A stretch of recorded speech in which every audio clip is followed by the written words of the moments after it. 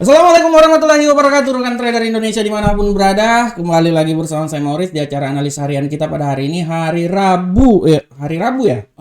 Hari Rabu, tanggal 22 Februari tahun 2023. Rekan trader, hari yang sangat menentukan hari ini karena nanti dini hari pukul 2 waktu Indonesia bagian Barat akan ada rapat FOMC yang akan dilakukan.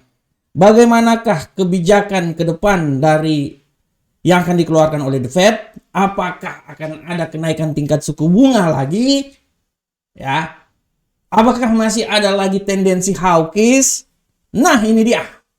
Ini yang benar-benar menjadi kabar yang dinanti-nantikan oleh hampir sebagian para trader semuanya.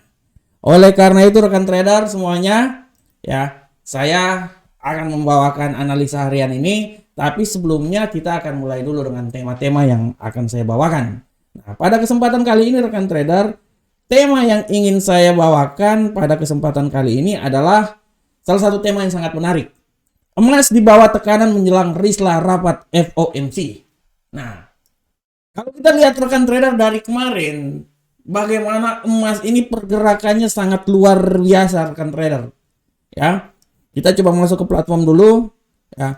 Dari kemarin rekan trader bisa lihat bagaimana emas kemarin dia mengalami pelemahan yang sangat luar biasa, walaupun pada hari Senin dia sedikit mengalami penguatan.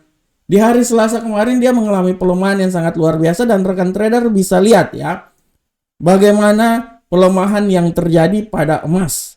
Oleh karena itu rekan trader, hari ini pada prinsipnya pasar ini lagi wait and see melihat apa yang akan terjadi menjelang rapat FOMC nanti malam. Dan kalau kita lihat rekan trader ya, harga emas ini dia masih benar-benar di bawah tekanan 1840 ya. Jadi ceritanya dia ini masih berada benar-benar di bawah tekanan 1840 menjelang rislah yang akan dilakukan. Kalau kita lihat 1840 itu di sekitaran sini ya. Nah, ini dia nih. Nah, iya sekitaran sinilah. Oke, sini ya. Nah, pertanyaannya apakah dia masih bisa atau dia mencoba naik sampai 1840? Nah, ini dia. Karena kalau kita lihat koreksi yang terjadi pada emas ini karena ya sudah barang tentu dia mempunyai hubungan yang sebab akibat dengan apa yang terjadi pada indeks dolar Amerika. Ya, kalau kita lihat pada pasar Asia emas mengalami penguatan, tapi di akhir-akhir menjelang masuk pasar Eropa kita bisa lihat bahwa emas ini dia sedikit fluktuasi rekan trader. Sempat tadi dia sempat ya kalau kita lihat sini ya. Sempat tadi dia bisa sampai ke 1838 ya, tapi agak sedikit menurun dan setelah dia mengalami kenaikan, sekarang dia mencoba mengalami penurunan juga. Makanya saya bilang bahwa benar-benar emas ini dia akan menunggu sampai apa yang terjadi nanti ya setelah rapat FOMC. Kalau rekan trader lihat analisa saya kemarin, saya memberikan sebuah tanggapan di sini. Oh, sorry. Saya dari tadi saya ngomong saya nggak tahu kalau saya belum share. Nah ini dia. Ini ya sorry rekan trader. Ini baru saya share. Nah rekan trader bisa lihat di sini bahwa bagaimana emas ini dilihat tadi sempat naik sampai di posisi 1838 tapi dia mengalami penurunan walaupun pada beberapa jam sebelumnya di pasar Asia dia mengalami kenaikan tapi sekarang dia agak mengalami penurunan dan dia selalu berfluktuasi. Kalau rekan trader lihat sebenarnya hari ini menurut analisa saya lebih banyak fluktuasi yang akan terjadi rekan trader. Lebih banyak fluktuasi yang terjadi karena memang benar-benar melihat apa yang sedang terjadi dan apa yang akan terjadi. Karena kalau menurut saya rekan trader selama 2 hari ke depan ini adalah hari yang krusial. Kenapa? Karena hari ini dini hari nanti akan ada rapat FOMC ya, masuk hari Kamis ya tanggal 23. Tanggal 23 pasar akan merefleksi apa yang terjadi setelah 1 tahun perang antara Rusia dengan Ukraina. Nah ini benar-benar harap diperhatikan oleh rekan trader semuanya karena dia bisa membuat pergerakan yang sangat dinamis pada kesempatan kali ini. Oleh karena itu rekan trader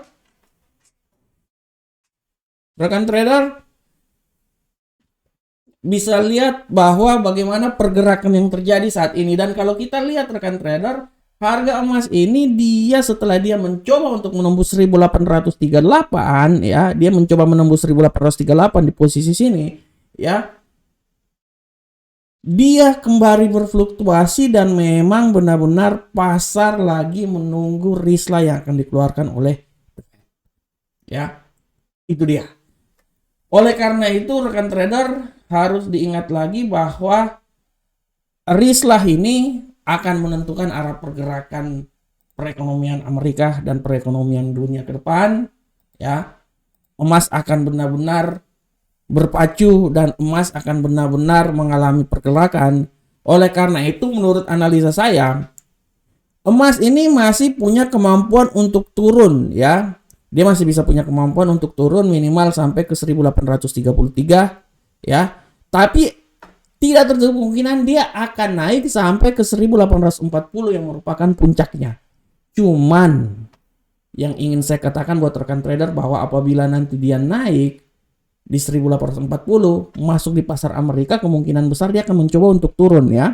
Karena kita lihat dari tendensi indikatornya dia akan mencoba sampai ke 70 RSI ya. Tapi setelah itu rekan trader, yang saya khawatirkan apabila nanti rislah memberikan statement bahwa lebih banyak hawkish penaikan tingkat suku bunga, artinya emas ini punya peluang untuk dia turun minimal sampai ke 1828 ya, sekitaran sinilah. 1829, 1828 atau 1827, atau dia tidak tertutup kemungkinan dia bisa turun sampai level yang paling terendah 1823 walaupun itu sangat jauh. Walaupun itu sangat jauh. Oleh karena itu pergerakan gold pada hari ini memang benar-benar harus dilihat ya, diamati ya, segala bentuk news, berita yang terjadi terutama menjelang dan sesudah FOMC ya. Dan saya berpikir bahwa selama masuk di pasar Eropa nanti dia punya kecenderungan yang masih tetap sideways sebenarnya, karena dia wait and see dan wait and see. Nanti setelah masuk di pasar Amerika baru kita akan melihat bahwa pola pergerakan yang sebenarnya seperti kayak gimana, karena menuju ke rislah FOMC yang akan dikeluarkan. Oleh karena itu tetap rekan trader untuk melihat terus apa yang terjadi dan tetap selalu untuk menganalisa segala bentuk informasi sehingga bisa menghasilkan trading yang luar biasa buat rekan trader semuanya. Oke rekan trader, kita tinggalkan topik kita pada hari ini, di mana topik kita berbicara tentang emas di bawah tekanan menjelang rapat FOMC. Kita coba masuk langsung ke analisa teknikal kita. Untuk analisa teknikal rekan trader seperti biasa kita akan mulai dari indeks dolar Amerika. Bagaimanakah pergerakan dari indeks dolar Amerika saat ini rekan trader? Rekan trader bisa lihat di sini bahwa pergerakan dari indeks dolar Amerika saat ini memiliki tendensi yang sangat kuat untuk kemungkinan sangat kuat untuk bullish ya. Kita bisa lihat di sini masih punya kekuatan bullish, dan kalau kita lihat juga memang dia masih punya kekuatan bullish ya, minimal menurut analisa saya dia bisa naik minimal sampai ke level 104.564 ya, di 104-an, atau dia bisa lebih tinggi lagi di ya 104 lah, menuju 105 ya, menuju 105. Nah, kita lihat di sini rekan trader dengan tendensi bullish pada hari ini, tapi kalau menurut saya pada prinsipnya indeks dolar Amerika ini dia lebih banyak wait and see, melihat apa yang terjadi.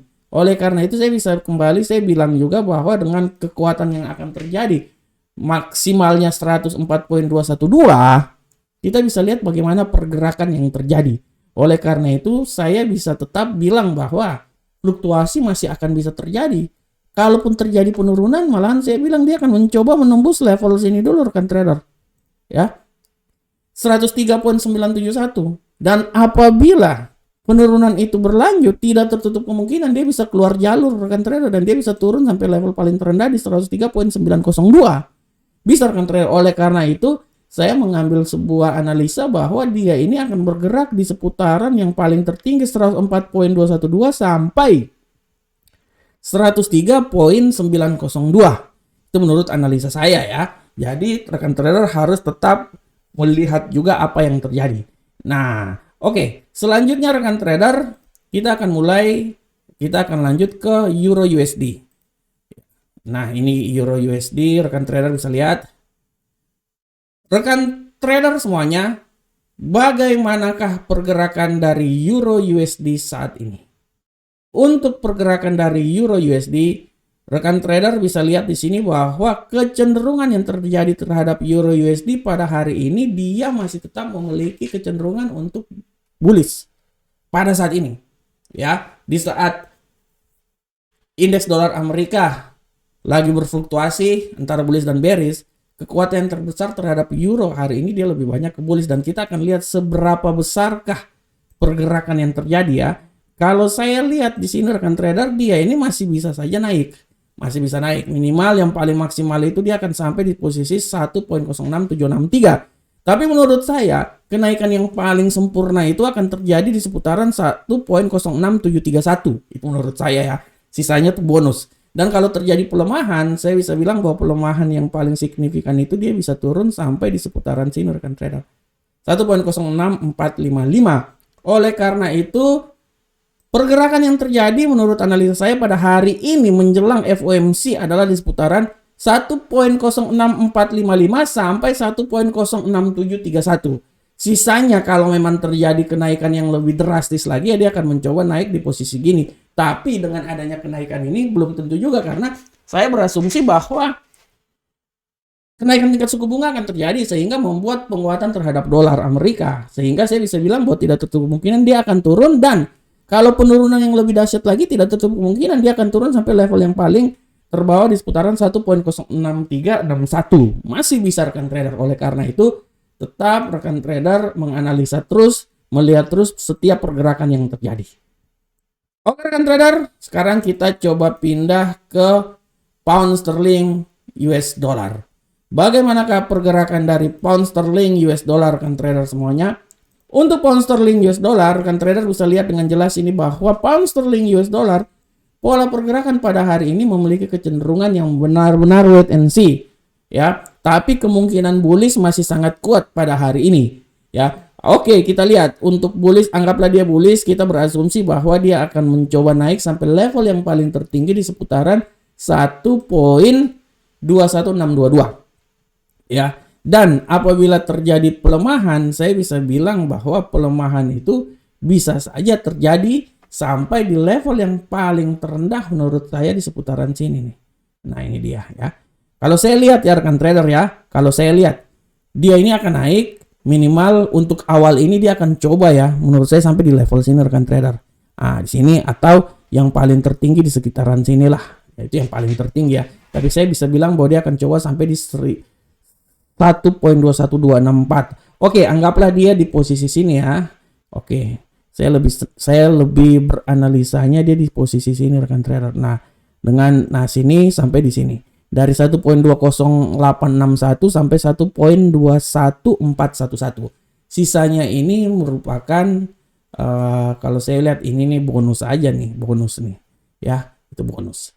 Oke, rekan trader selanjutnya, apakah yang terjadi pada gold? Ya, kita akan lihat pergerakan gold.